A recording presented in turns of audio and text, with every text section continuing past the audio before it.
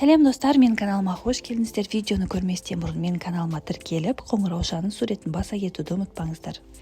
Каналымның дамуына өз үлестеріңізді қоса кетулеріңізді сұраймын. Бұл видеодан сіздер қандай жеміс-жидектердің иммунитетті көтеретіндігі жайлы қызықты ақпараттар білетін боласыздар. Гиппократтың өзі басты дәрі тамағым болсын деген.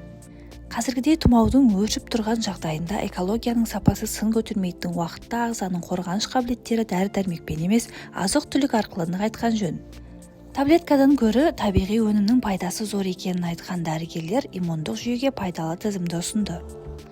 Табиғаттың барлық сыйы денсаулыққа пайдалы, бірақ кейбір жеміс-жидектер иммунитет үшін нағыз пайдалы суперфруттар қатарында.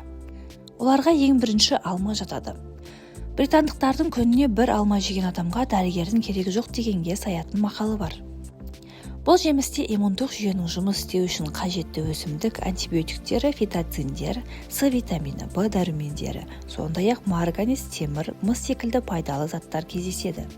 Алманың адам денсаулығына пайдасы туралы толық ақпарат білгіңіз келсе, төменге сілтемесін қалдыратын боламын. Екінші, лимон. Лимонның иммунитетке пайдалы екенін бәрі білетін шығар. 2 ғасыр бұрын Британ корольдігі әскери теңіз күштерін жаңа лимондармен үнемі қамтамасыз етуге бұйрық берген екен. Бір қызығы, лимонның арқасында аскорбин қышқылының сенімді серігі және көмекшісі П дәрумені, яғни рутин ашылды.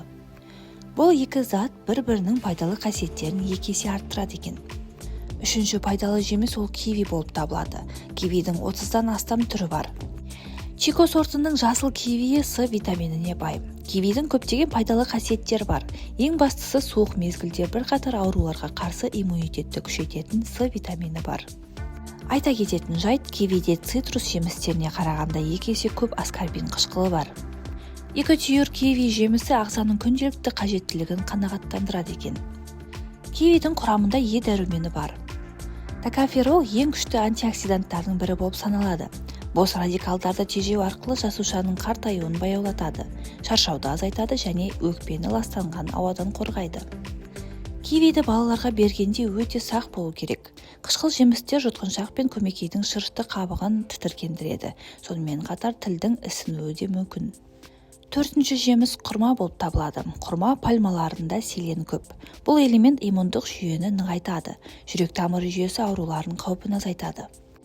Сондай-ақ құрманың құрамында тістерімізді кариестен қорғайтын фторид, сонымен қатар темір, магний, фосфор, калий, минералды тұздар, В тобындағы витаминдер, каротин және тіпті маңызды амин қышқылдар бар.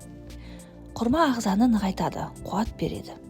5-ші жеміс теңіз шырғаны. Теңіз шырғаны бета-каротин А провитаминінің мөлшері бойынша барлық жеміс-жидектер арасында абсолютті чемпион болып табылады.